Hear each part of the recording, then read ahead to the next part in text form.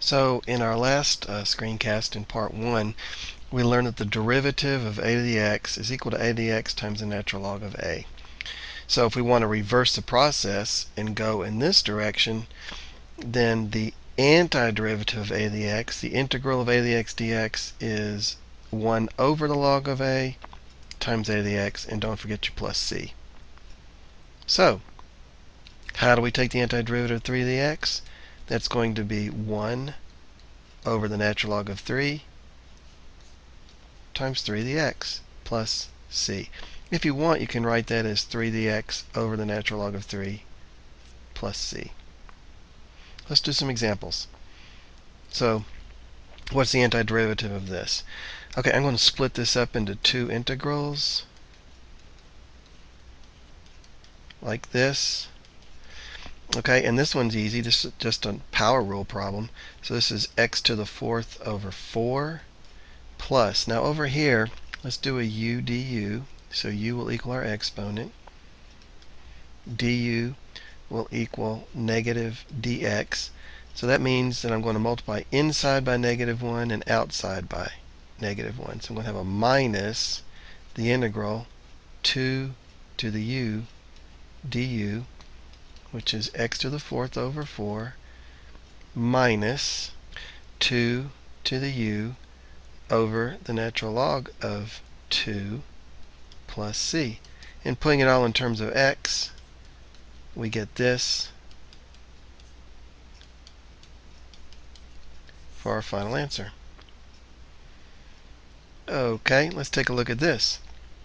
Here we're going to let u equal our exponent again, which means du is 2x dx. I have a 1x dx, so I'm going to multiply outside by 1/2, inside by 2, and I moved my x over here so it's next to the dx. So all of this is du, and that's u. So this is rewritten as 1/2 the integral 4 to the u du. And applying our new rule, that's 1/2 4 to the x divided by the natural log of 4, which is 4 to the x over 2 natural log of 4 plus c. If you want to get fancy, that 2 comes around, becomes the exponent of 4, and I get 4 to the x over the natural log of 16 plus c. Okay, now let's look at some applications. Compound interest. So A is the amount of money you have after you leave it in an account for a while. P is the money you start with. R is your interest rate. N is the number of times per year the money is compounded, the interest is calculated. And T is the number of years that you leave it in the account.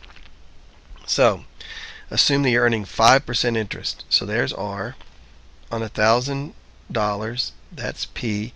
Compounded monthly. That's N. N is 12. How long will it take to double your money? So let's put 2,000 here because we're doubling our $1,000.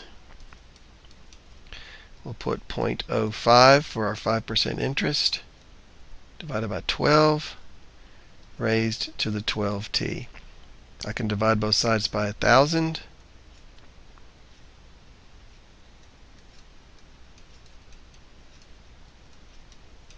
So notice that the thing I'm looking for, the unknown quantity, is in the exponent. That means we're going to have to use logarithms. So it's time to bring up our calculator. And I'll go ahead and add together that 1 plus 0.05 divided by 12. Okay, so that's 1.0041667 raised to the 12t. And we'll take the log of both sides.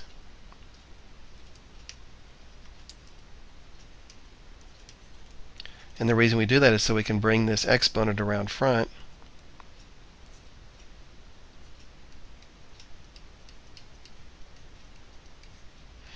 And now we can solve for t.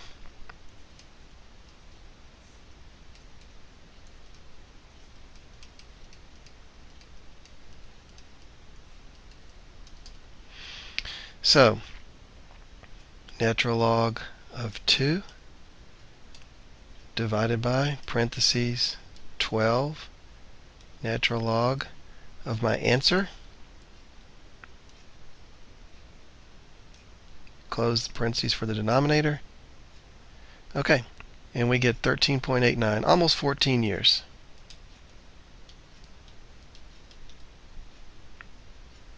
If your interest is compounded continuously, which means it's calculated an infinite number of times per year, then your formula simplifies to a real simple version called PERT, P times E raised to the RT. So this question says, well, if we've got $125,000 and we're investing at 3.25% compounded continuously, what will we have after 10 years? So our amount after 10 years will be 125,000 times E raised to the 0.0325 times 10. So that'll be 125 e to the 0.325. And we'll work that out in our calculator.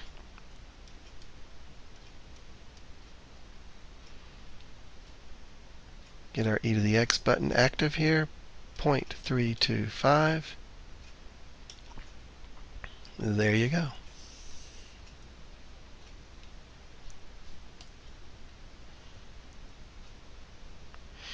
About $173,000. Okay, finally, another application of exponential functions is called the logistic growth function. And you use that to model population growth that grows really rapidly at the beginning and then levels off to a carrying capacity of the environment. And so we've got this lake with 500 fish, and our population is modeled by 10,000 over 1 plus 19e to the negative t over 5. That negative is kind of hard to see, but it's in there. Okay, and t is in months. And it asks us to graph the function, so I went ahead and put this in. Okay, now our window, we can go for, let's see, t can go to, say, 3 years. That'd be 36 months. And y min is our population. So let's go from 0 to, say, 15,000. Make our scale 1,000. And let's see what this looks like. Whoop.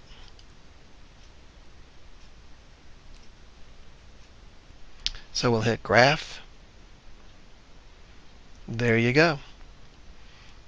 So there's the graph of our function. And you can see that it grows pretty rapidly at the beginning and then it levels off over time. And B says, what's the limiting size of the fish population? So if population is 10,000 over 1 plus 19e to the negative t over 5, they're asking us what's going on as t gets really, really, really large. Well, since this is a negative exponent, it's going to put e in the denominator. And so this is like saying 10,000 over 1 plus 19 over e to the t over 5. And as t gets really, really large, this denominator gets big, which makes this fraction go to 0. And so our limiting population is just going to be this number on top, 10,000. Okay. And then finally, it asks us what rates is the fish population changing at the end of 1 month and at the end of 10 months. So if you hear rate of change, you should think derivative. So let's go back to our calculator. And in y2, I'm going to go to math 8, which is the derivative in terms of x of our function, which is in y1, our logistics function. So I'm going to go to vars, yvars, function, y1. And we want it at x equals, we'll do it for x equals x, so we can get a graph of it, okay? And then, so it's not too cluttered, I'm going to highlight my equal sign on the y1, hit enter, and arrow down. So it's still in there, it's just not going to be graphed, okay? And so now we graph this. Okay, I forgot to change my window. It's right down there. Hang on a minute. So here's the graph of the function, and you can see that the maximum rate of change is occurring right here, and it asks us what's the rate of change at the end of 1 month. So I hit trace 1, enter, and it looks like it's about 113.5 fish per month. Okay, so at t equal 1, p prime of t is 113.5. And then at the end of 10 months, I just go to trace 10, enter, and it's increasing at 403.24. So p prime of 10 is 403 fish per month. So that's a nice application of an exponential.